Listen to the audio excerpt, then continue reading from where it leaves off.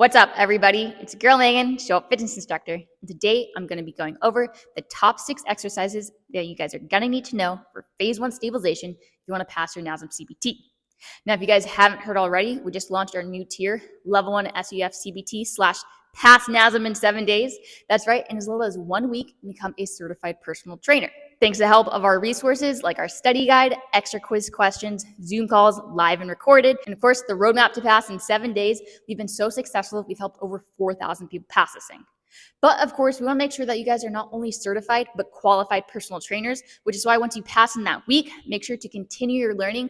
3 weeks free of our own SUF-CPT, best CPT out there, the internship course, online and in person. We're going to learn about anatomy, how to properly program, business, sales, assessments, everything that it takes to make this a long-lasting and successful career. You guys are trying to pass NASM right now. Maybe it's because you can't get a refund, you haven't heard about us in time. So let's get you past it ASAP by going over the top 6 exercises of Phase 1 stabilization. Now, before we talk about those, there are some acute variables that you guys should know about Phase 1 stabilization. The fundamental components when designing a program for NASM being the tempo, the reps, the rest, intensity, all these things, as well as the type of stretching you're doing. So for Phase 1 stabilization, we know that our beginning clients are in this phase because they're looking to improve muscle imbalances, those overactive, underactive muscles.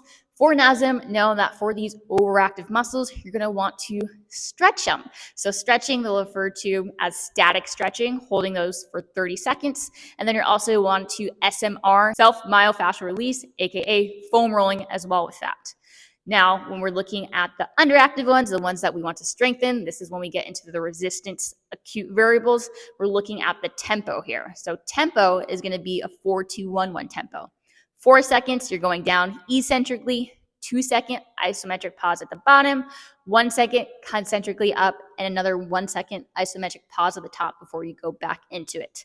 Now, that was describing for a squat specifically, but regardless of the exercise you're doing, the number is going to represent that. So always doing 4 seconds eccentrically, lengthening of the muscle, 2-second isometric pause, so there's no change in muscle length, and then 1 second concentric shortening of the muscle when you want to breathe out the hard part of that lift.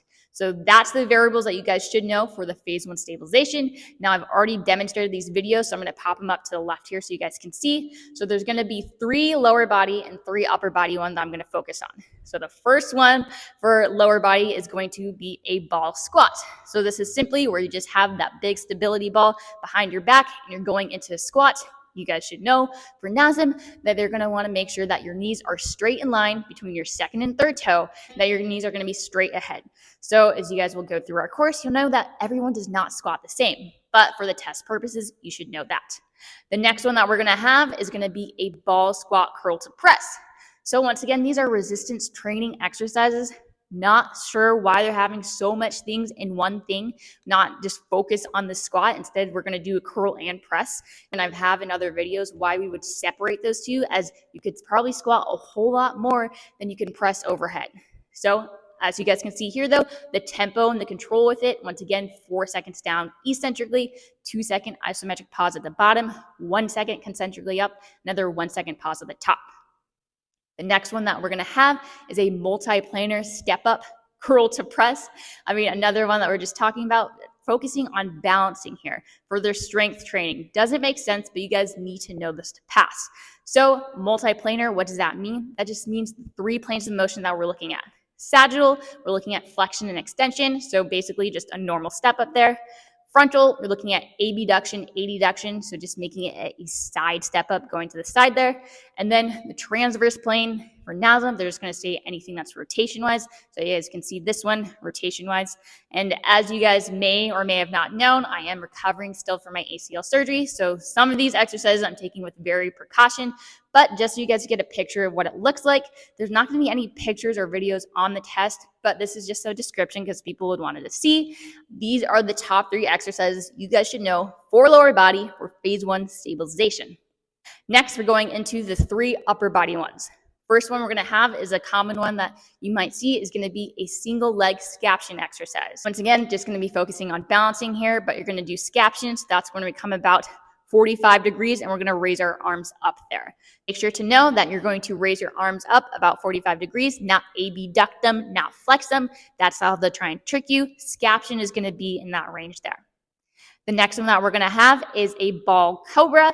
So you could also do this in other exercises as a core exercise, right? But this one we're going to do with weights on the ball, and NASM will also refer to it as a pulling exercise. So what you're going to do is you're going to want to put your arms back behind you. Make sure, obviously, you're holding the dumbbells here, but your thumb would be pointing up behind you. So it's not down while you're doing it. You're going to have it opened up, externally rotated there.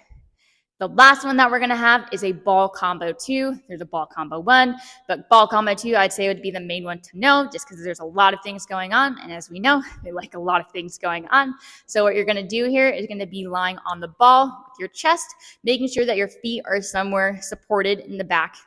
While you're doing that, you're going to row back. So if you're SUF-CPT, you know this action is going to be horizontal abduction. From there, you're going to open up, externally rotate, and then you're going to press above. So you guys can see that as I'm performing it there. Once again, strength training exercise, not sure why we're doing this here. Little weight that you can do with all those ranges of motion and actions that we're talking about. Why not just do a row, a dumbbell row, load it up there, make a whole lot more sense. But like I said, these are the exercises you guys need to know if you want to pass your NASM CPT.